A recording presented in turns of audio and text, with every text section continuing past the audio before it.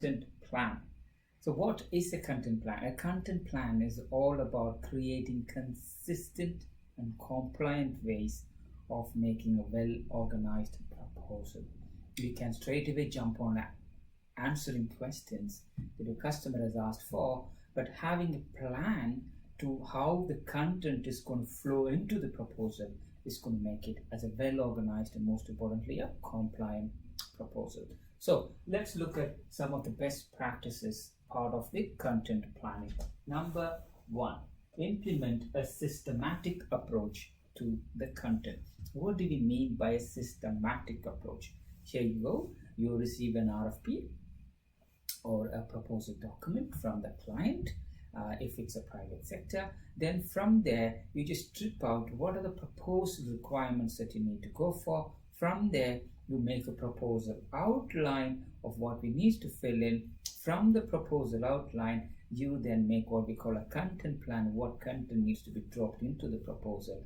From then you then create what we call a completed content, and then you put it back into a proposal. Then you find a gap analysis, then you finally review the proposal and you submit. So it's a systematic way of approaching content in your organization. How do you do it?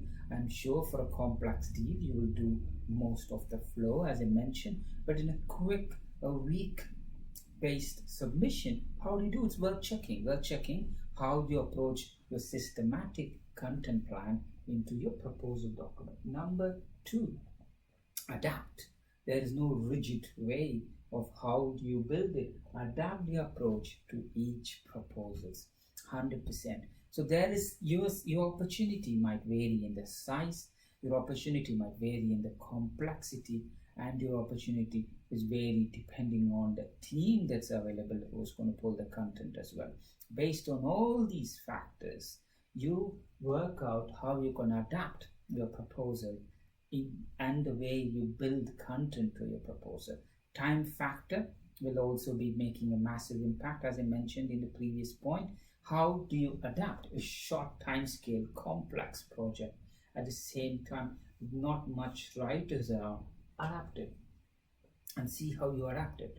Number three, build and manage a requirement baseline. How do you build and manage a requirements baseline? You first consolidate the requirements into different structures and somehow try to create a matrix. We did touch compliance matrix and responsive matrix in chapter unit 3. How do we strip the requirements and add the requirements into an Excel sheet for every single question, and use the requirements to just decide what sort of content needs to go in there, who is going to do it, what time they need to do it, and then make it as a checklist for the end user who's nothing but your client, and say to the person who's reviewing, and make it as a response matrix. And here we go, this is a kind of a simple page or two, this is the questions, and this is where you could find the questions. All these things be part of your requirements baseline. Number four, create a robust topical outline. A robust topical outline is nothing but a structure that remains stable, and how you can make it more stable rather than to mess it around all the time.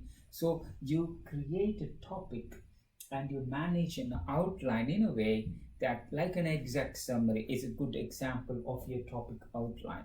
What are the high level principles that goes in there? How can you ensure that the topical outline stays consistent and stable? It goes in there, and the next step is align the same. How can you annotate? How can you annotate your outline to provide more guideline to the end author, or to a guideline to end author? That's a critical point. Remember, your end author is not just the reviewer. The end author could very well be people who are inputting inputs to your particular content, which then be lifted and brought to the actual proposal document. In a very simple case, your flow could be, here we go, these are the collateral I already have. Here we go, these are the 4 or 5 pointers from my subject matter experts.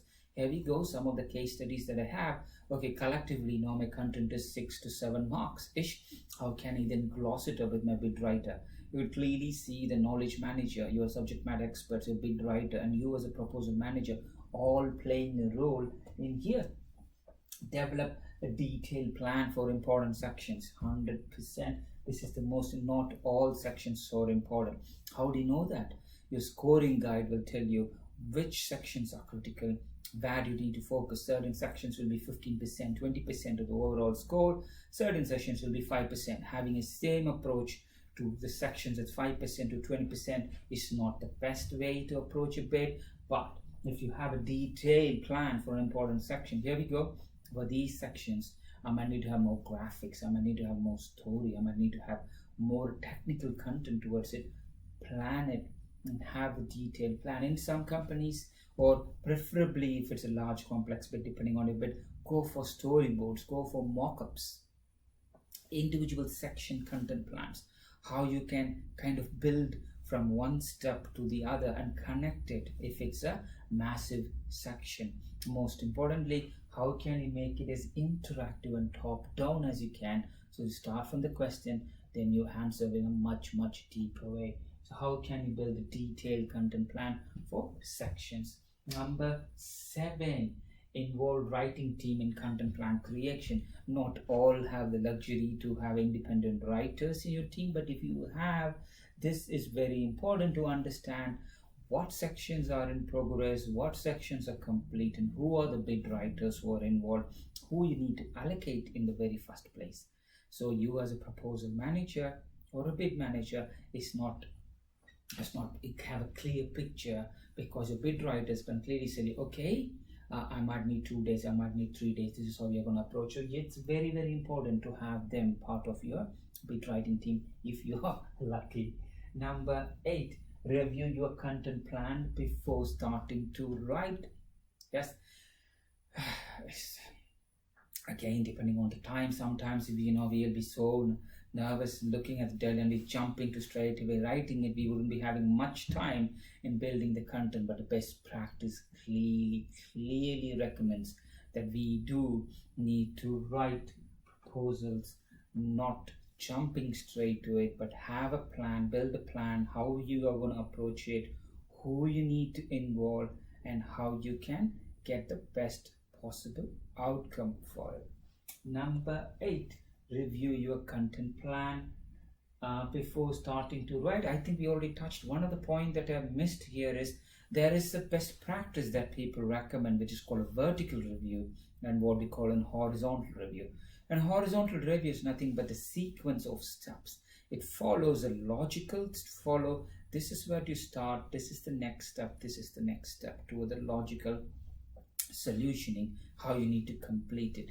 Whereas the vertical, as it says, is nothing but going deep dive into, okay, I need to have this information, I need to include this graphics and have this supporting evidence, I need to have this to meet the purpose of this. So what are the horizontal approach and what is the vertical approach that you do to manage your successful reviews? Number 9, integrate your content into a proposal development plan. How many plans are we talking about?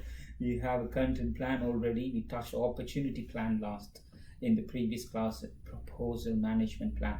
How can you lift the content from your content and add it into overall proposal management plan, so you can clearly map out, this is how my content is going to come, this is how it's going to flow into my overall solution, and this is also how I'm going to manage the governance and reviews in a way so that everything comes into an overarching proposal management plan.